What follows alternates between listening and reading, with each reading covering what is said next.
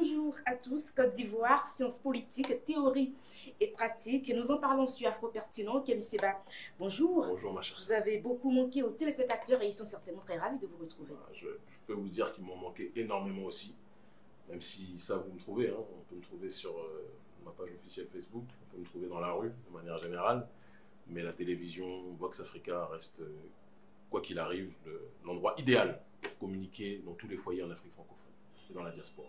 Alors Kémy Seba, vous vous êtes déjà plusieurs fois prononcé donc sur la situation que vit la Côte d'Ivoire et ceci au fur et à mesure que la crise évoluait. Vous avez même pris le risque donc de séjourner dans ce pays dans un contexte assez complexe. Quel regard portez-vous aujourd'hui sur les derniers événements qui continuent de secouer la Côte d'Ivoire? Ma très chère sœur, ma très chère Nadège, et mes très chers téléspectateurs et téléspectatrices, on ne peut pas parler de la Côte d'Ivoire sans, au préalable, si vous me permettez, rendre un hommage profond, intense, à un homme qui était le symbole africain du respect de la Constitution, qui était le symbole africain du respect des institutions et qui était le symbole africain du respect du pouvoir au peuple. Cet homme, c'était le président ghanéen Jerry Rawlings. Il est mort il y a peu et je ne peux pas parler d'une situation aussi complexe que celle qui se trouve en Côte d'Ivoire sans rendre hommage à un homme qui est le contraire extrême de ce que nous pouvons voir à l'heure actuelle en Côte d'Ivoire. C'est important de le préciser. On pourrait aussi, et j'en profite, rendre hommage à ATT, l'ancien président malien, paix à son âme, qui était un grand homme, qui a fait ce qu'il pouvait pour remettre le Mali sur de bons rails. Et les grands politiciens nous quittent les uns après les autres, au moment où ceux qui, à mon sens, ne vont pas forcément dans une direction qui va dans le cadre de l'élévation, eux, plus que jamais, continuent de perdurer. Donc il est important qu'on puisse dresser une réflexion, faite, comme vous l'avez dit, de théorie et de pratique, mais en ayant une vision globale du contexte dans lequel nous sommes installés. Comme le monde entier le sait, le problème principal actuel qui se trouve en Côte d'Ivoire, le problème de surface, parce que quand il y a une situation scientifique, une situation politique, et la politique, science, scientia, connaissance politique, participation à la vie de la cité, on doit être capable de connaître le contexte et le contenu de la situation. Le contexte, précisément, c'est le viol de la Constitution. Alassane Dramane Ouattara se présente pour un 3e mandat, alors qu'à la base, la Constitution prévoyait qu'un président ne puisse faire maximum que 2 mandats. Alassane Dramane Ouattara a violé la Constitution ivoirienne aux yeux du monde entier et aux yeux de toute la population. Mais malheureusement, malgré que toute l'opposition ait su se réunir contre Alassane Dramane Ouattara, vous remarquerez qu'au sein de la population, ça n'a pas été une confrontation, ou du moins ça n'a pas été toute la population ivoirienne qui est sortie. Loin de là. Il faut qu'on puisse être capable de le dire avec froideur et efficacité. Et la froideur et l'efficacité nous poussent à analyser que si une bonne partie de la population n'est pas sortie pour protester contre ce 3e mandat, il y a déjà beaucoup qui ont peur par rapport à la milice des microbes, c'est une réalité. Mais il y a aussi d'autres qui haïssent, et j'en ai rencontré beaucoup, qui haïssent profondément Alassane Dramane Ouattara, mais qui ne se sentent pas aptes à sortir pour répondre aux mots d'ordre de l'opposition. Et il faut qu'on puisse être capable de parler de cela. Parce que quand on veut lutter contre un ennemi, il faut être capable d'analyser l'armure qu'il porte, le bouclier qu'il a, le cadre qui le protège.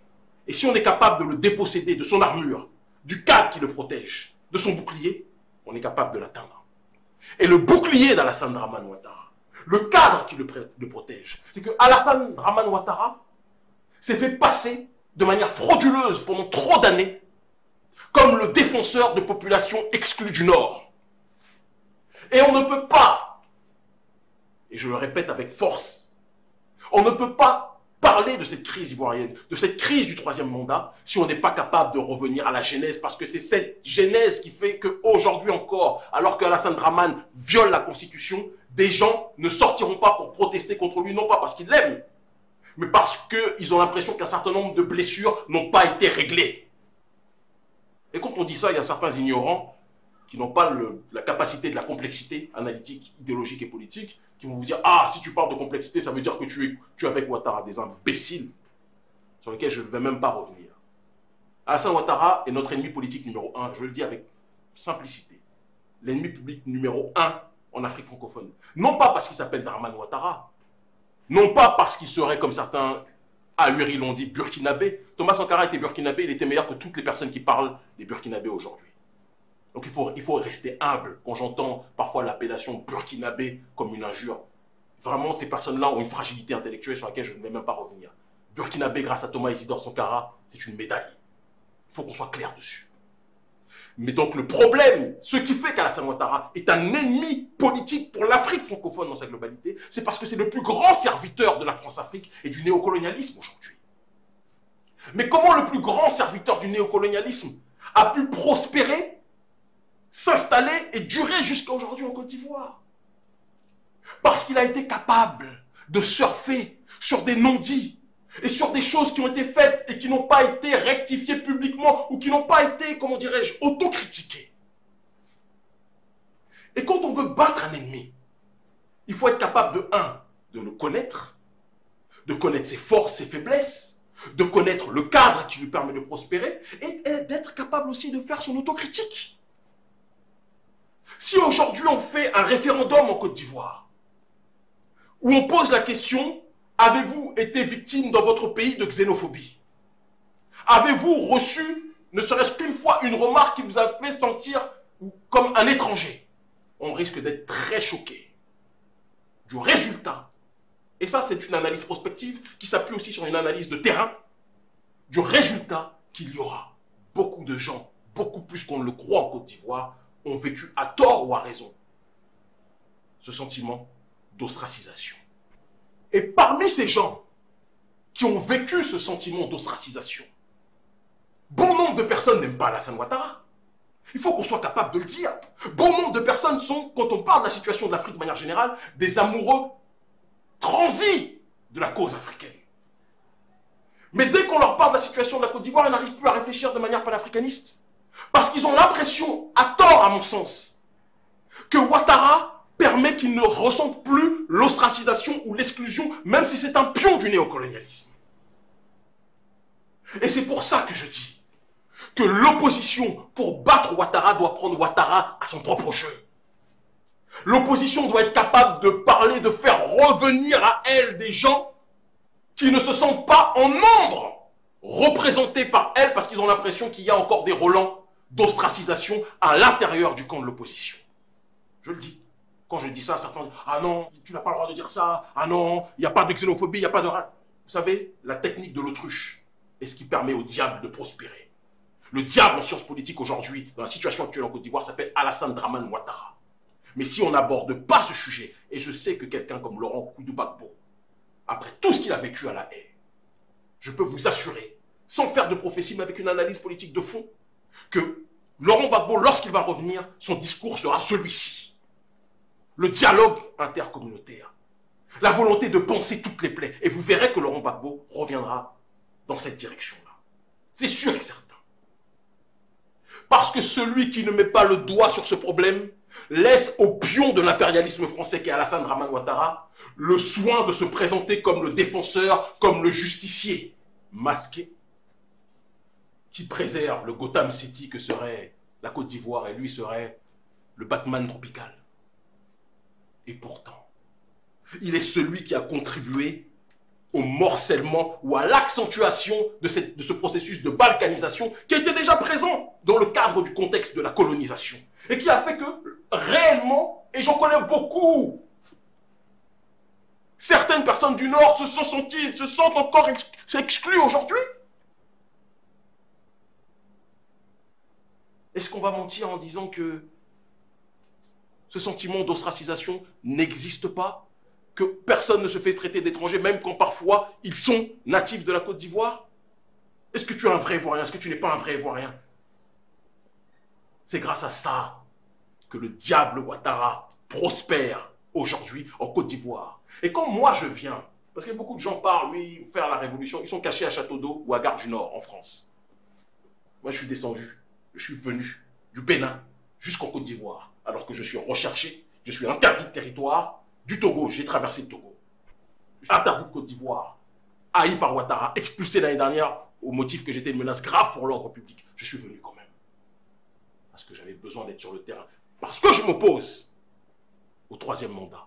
Mais je m'oppose au troisième mandat, non pas parce que uniquement, oui, je suis pour une histoire de 2 mandats maximum, etc. Si Thomas Sankara était vivant, je voudrais qu'il fasse 30 mandats. Mon problème n'est pas le nombre de mandats. Mon problème est qui fait le mandat. Kadhafi a fait un nombre incalculable de mandats. Kadhafi était un grand homme. Même s'il y a un certain nombre de critiques qu'on peut évidemment lui apposer. Et donc, quand je viens évidemment parce qu'il y a le viol de la Constitution. Mais je viens surtout parce que la prolongation de Ouattara au pouvoir sera la prolongation de la France-Afrique en Côte d'Ivoire. Comme je l'ai dit, si Sankara devait prendre plusieurs mandats, vous ne m'aurez jamais entendu dire « Oh, viol de la Constitution de Thomas Isidore Sankara » parce que Sankara était un guide éclairé. C'est comme ça que ça se passe. Mais Alassane Ouattara, son maintien au pouvoir, c'est le maintien du néocolonialisme français. C'est dans ce cadre-là que je viens. Mais lorsque j'arrive, j'appelle et j'organise une mobilisation à Anono, une zone du côté d'Abidjan. Les personnes qui s'opposent à moi, qui me disent non, meeting interdit, sont des gens de l'opposition, en disant je ne veux pas avoir de problème avec le pouvoir, c'est la veille des élections. Or, c'était à ce moment-là qu'il fallait faire la mobilisation. Et un certain nombre de stratégies étaient prévues à ce moment-là. Mais dès lors que le responsable coutumier n'a pas été d'accord, même si par la suite il s'est excusé, il faut aussi être capable de le dire et de le reconnaître. Et nous l'avons entendu, nous ne voulions pas rentrer dans un conflit avec les autorités coutumières. À côté de ça, dans tous les rendez-vous que j'ai avec les différents responsables de l'opposition, certains sont actuellement en prison, d'autres sont actuellement dehors, mais je ne vais pas les fragiliser en donnant leur nom. Certains m'ont très bien reçu, d'autres un petit peu plus doucement. Et donc, dans le cadre de ces rencontres, j'ai été surpris, on ne doit pas se cacher, on se dit les choses. Que certains me disent que le problème c'est Alassane, pas la France-Afrique. Qu'il y a dans la France, au sein de ces partis politiques, des gens qui peuvent être des bons alliés. Et je réfléchis. Je me dis, mais se souviennent-ils que la France-Afrique, de Gaulle jusqu'à Mitterrand, en passant par Emmanuel Macron, que la France-Afrique n'a jamais changé ses intérêts sur le continent africain? Ils demandent, pire, à ce que le président Emmanuel Macron intervienne dans la crise ivoirienne, que le président de la France intervienne dans la crise ivoirienne pour appeler à un peu plus de justice. Mais se souviennent-ils que Dramane Ouattara a été installé en détruisant la Côte d'Ivoire par la France? Et donc le diable installe quelqu'un et vous appelez au téléphone, le diable, s'il te plaît, peux-tu nous aider à résoudre le problème? Mais le diable vit de votre chaos. Le diable vit de votre chaos. Et donc, tant qu'on ne comprend pas, tant que l'opposition, certains, une minorité, parce que d'autres ont compris, mais tant que certains de l'opposition se focaliseront en disant le problème ce n'est pas la France-Afrique, on peut appeler la France-Afrique à la rescousse, on peut appeler la France à la rescousse, mais le problème c'est le Burkinabé Dramane, je peux vous assurer qu'on passera à côté du problème parce que Dramane ne pérore, ne brille que parce qu'il est soutenu par la France-Afrique. Et si vous voulez, si chacun veut que le peuple puisse se réunir dans sa globalité en Côte d'Ivoire, sortir dans les rues, comme ça a été fait dans différents pays du printemps arabe, comme ça a été fait au Mali, pour faire tomber IBK, il faut que toutes les parties du peuple se sentent concernées politiquement et qu'on cible le vrai problème. Le vrai problème, c'est la France-Afrique. Et si le peuple sort parce qu'on lui dit que le problème est la France-Afrique, Alassane Ouattara tombera parce que Alassane est le plus grand représentant de la France-Afrique. Mais pour ce faire, il faut que l'opposition comprenne qu'elle doit jouer son va-tout sur ce terrain-là en se situant précisément contre cette France-Afrique et non pas comme des gens qui attendent du gouvernement français une aide que le gouvernement ne leur donnera jamais. Et donc si la France-Afrique tombe, Alassane Ouattara tombera parce qu'il est son plus grand serviteur aujourd'hui en Afrique francophone et dans le monde. Il faut qu'on puisse être capable de le dire simplement. Mais dès lors qu'on ne cible pas Alassane par rapport à la base qui est la sienne et qu'on se trompe, qu'on se focalise sur des micro-événements qui ne sont rien d'autre que la résultante d'autres événements qui l'ont précédé, on n'avancera jamais. Et c'est ça le but de Ouattara. Ouattara, vous ne remarquez pas qu'à chaque fois qu'il est attaqué, alors qu'on a toutes les raisons d'attaquer Ouattara, il joue sur le terrain de la victime. Ah, on m'attaque parce qu'il y a ce sentiment de xénophobie. Parce que j'ai un nom, il m'appelle le Burkinabé. Et quand Ouattara joue cette carte-là, trop d'Ivoiriens se sentent concernés par cette stigmatisation parce que beaucoup estiment l'avoir vécu. Mais si on fait en sorte que tous les Ivoiriens sont concernés, qu'ils soient malinqués, qu'ils soient sénoufos, qu'ils soient bêtés, qu'ils soient baoulés, qu'ils soient abourés, si on leur dit à chacun d'entre eux, nous sommes tous africains et notre ennemi c'est le néocolonialisme français. Et le représentant numéro 1 du néocolonialisme français, c'est Alassane Ouattara. Le peuple va sortir. Dire oui, ce n'est pas le sujet c'est le viol de la Constitution. Mais posez-vous la question pourquoi les gens ne sortent pas globalement. Pourquoi on n'est que dans des micro-fractions, des micro-oppositions? Elles sont présentes. Mais si c'était une contestation massive, populaire, tout le peuple serait sorti. Et c'est parce que beaucoup de gens, même quand ils haïssent Ouattara, ne se sentent pas rassurés par ce qu'ils voient au sein de l'opposition. Et donc, il doit y avoir une introspection. Quelqu'un d'intelligent, et j'en ai eu beaucoup, je ne vais pas citer les responsables politiques qui m'ont contacté récemment, mais les responsables politiques, certains de l'opposition, m'ont contacté et m'ont félicité pour les dernières sorties.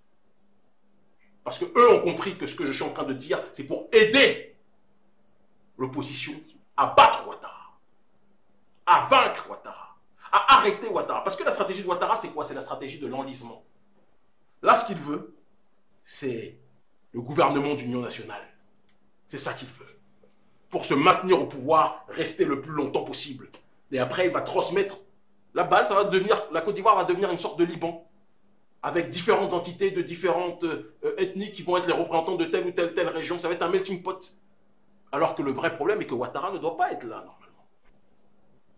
Il y a plein de gens du Nord qui sont compétents, qui sont souverainistes en Côte d'Ivoire, qui aiment leur patrie, qui ne vendent pas leur patrie à la France. Il y en a plein. Mais tant qu'on laisse Ouattara et qu'on ne règle pas la question véritable de cette ivoirité qui a été déformée, parce qu'à la base, l'ivoirité, principe philosophique noble de Nyangoran Porquet, un individu extrêmement brillant, qui valorisait toutes les cultures présentes sur l'espace ivoirien, et qui disait que c'est l'addition de ces cultures qui faisait en sorte que la Côte d'Ivoire existait. Cette philosophie était noble. Mais quand le pion de l'oligarchie néocoloniale, de l'oligarchie occidentale, est placé Premier ministre de la Côte d'Ivoire, au moment où Houphouët est proche de sa mort,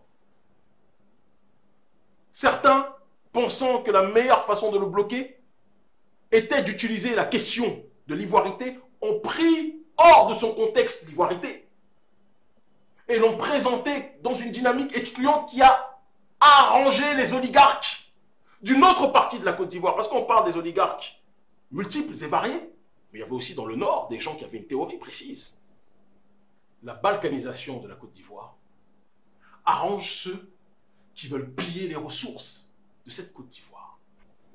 Quand vous rentrez dans une maison, si vous voulez cambrioler quelqu'un, la meilleure façon de le cambrioler, c'est de créer une diversion. C'est qu'il y a une tension dans la maison, c'est qu'il y a des gens qui se disputent dans la maison. Et pendant que les gens se disputent au salon, vous allez dans l'armoire et vous allez voler. N'est-ce pas? C'est des conseils que je vous donne. L'oligarchie française connaît cette méthodologie à la perfection. La balkanisation de la Côte d'Ivoire n'est pas née en 90, elle est née bien longtemps avant dans la structuration même de ce pays, sous l'égide coloniale. Elle a été par la suite accentuée par différents agents d'influence qui ont été placés à des postes stratégiques pour que le sentiment d'exclusion des uns puisse avoir des représentants frauduleux alors que la question du sentiment d'ostracisation existait. Et il y a un adage qui dit de l'ostracisation de l'homme par l'homme naît la volonté pour l'homme ostracisé de se constituer sa propre puissance. Certains ont ressenti ça. Et certains n'ont jamais ressenti qu'il y avait un dialogue, un discours qui permettait que tout le monde se sente concerné. Et c'est sur cette zone d'ombre que le mal a pu prospérer.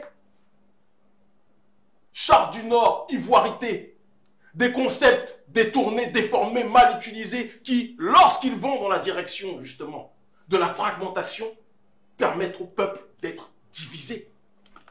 Alors que toutes ces fragmentations, tous ces fragments, toutes ces parties qui sont divisés pourraient se réunir contre celui qui tire les ficelles. Si on devait faire un dessin, il y a en haut une entité qui dirige qui s'appelle le point F, la France. Il y a ici une partie qui s'appelle le pouvoir, le parti au pouvoir. Il y a ici une partie qui s'appelle l'opposition. Opposition, pouvoir, France. F, P et O. N'est-ce pas? En bas, il y a le peuple. Au lieu de tous s'unir contre le O, qui est le F, la France, certains sont dans une dynamique de se battre de manière horizontale, plutôt que d'être dans une lutte verticale. Or, le peuple n'attend qu'une seule chose, c'est l'union des forces contre l'oligarchie occidentale. C'est ça que les peuples africains attendent. Qu'ils soient malinqués, qu'ils soient sénoufos, qu'ils soient baoulés, qu'ils soient bêtés, etc., qu'ils soient anis, c'est ça qu'ils attendent. Le peuple en Côte d'Ivoire et en Afrique de manière générale en a marre d'être dans des querelles régionales, dans des querelles ethniques, etc., etc., etc. Et par conséquent, il est important, pour faire tomber Alassane Ouattara, de faire en sorte que toute la population ivoirienne se sente concernée. Non pas uniquement par la chute de Ouattara, l'homme Ouattara, mais par la chute du système qui soutient Ouattara. Un système qui a nourri aussi des gens de l'opposition. Un système qui doit être éradiqué si on veut véritablement qu'il y ait une élévation et une libération de la population. Mais si on ne va pas dans cette direction, jamais on ne connaîtra une cessation du conflit qu'il y a dans la nation ivoirienne. Et c'est ça mon message. J'étais venu pour empêcher, contribuer. Il faut bien qu'on précise les choses, parce que certains ignorants, encore une fois, dans leur fantasmagorie de Gare du Nord, n'ont pas forcément une bonne compréhension des enjeux. J'étais venu en Côte d'Ivoire parce que, disons les choses, beaucoup de personnes de l'opposition m'ont envoyé des gens pour me rencontrer à Cotonou, pour m'expliquer la situation. Mais je suis venu de moi-même. Je suis venu. J'ai rencontré des gens, un certain nombre de gens au sein de la société civile, au sein de la classe politique. J'ai voulu rencontrer des gens de toute ethnie, majoritairement de l'opposition, même en totalité de l'opposition, ou alors sans parti, mais tous opposés au président Alassane Ouattara, mais de toute ethnie. Et la synthèse que j'en ai tirée, c'est qu'on ne peut pas battre Alassane Ouattara si on n'est pas capable de le ôter du cadre dans lequel il a pu prospérer. Et c'est pour ça que je redis à tous mes frères et sœurs, quelle que soit votre ethnie, quelle que soit votre religion, l'ennemi numéro 1 de la Côte d'Ivoire et du continent africain, en tout cas dans sa zone entre guillemets dite francophone, là aussi entre guillemets il faut insister, c'est le néocolonialisme français. Et je souhaite que dans des temps proches, la nouvelle insulte à la mode en Côte d'Ivoire ne soit pas le Burkinabé, le Nigérien, l'étranger, mais que l'insulte à la mode soit l'agent ou le soldat du colon français. Ça doit être ça l'insulte à la mode. Et si cette insulte à la mode doit être prononcée, Alassane Ouattara doit être le vainqueur et le détenteur du trophée parce que c'est l'agent numéro 1 du néocolonialisme français. C'est lui qui empêche, qui a empêché pendant un temps, parce qu'on vient dans un processus qui fait en sorte que grâce aux pays de la zone anglophone, quoi qu'il arrive, le franc CFA va cesser. Mais celui qui s'est opposé plus que de raison et qui trouve des stratégies pour maintenir la présence française, c'est Alassane Ouattara, qui a donné le titre foncier pour le camp militaire du 43e BIMA en Côte d'Ivoire. Est-ce qu'il y a des bases ivoiriennes en France? Non. Mais on leur laisse avoir un territoire chez nous durablement. Vous me direz, Alassane ne fait que remercier ceux qui l'ont posé là. Et c'est pour ça que je ne comprendrai jamais quand certains de l'opposition appellent la France pour venir les aider dans cette situation. Certains même leaders d'opinion qui vont demander la protection de certaines de l'ambassade française. Je ne peux pas le comprendre. La France-Afrique est l'ennemi. L'oligarchie française est l'ennemi. Que vous soyez Bété, Abouré, Séboufo, Malinké, nous sommes tous frères. Concentrons-nous sur le véritable ennemi qui soutient Alassane Ouattara. Si dans ce que j'ai dit là aujourd'hui, dans cette émission qui va passer dans tous les foyers, qui passe dans tous les foyers au moment où elle est diffusée en Afrique francophone, si dans ce que j'ai dit là, certains ne comprennent pas, c'est que véritablement, l'Afrique sera mal partie. Merci à vous, Kémy Séba. C'est moi qui vous remercie, Nadège. Côte d'Ivoire, sciences politiques, théorie et pratique. Nous en avons parlé donc sur Afro-Pertinent. Kémy Séba, vous êtes revenu de long en large donc sur la jeunesse de cette crise qui traverse donc la Côte d'Ivoire. Portez-vous bien. Au revoir.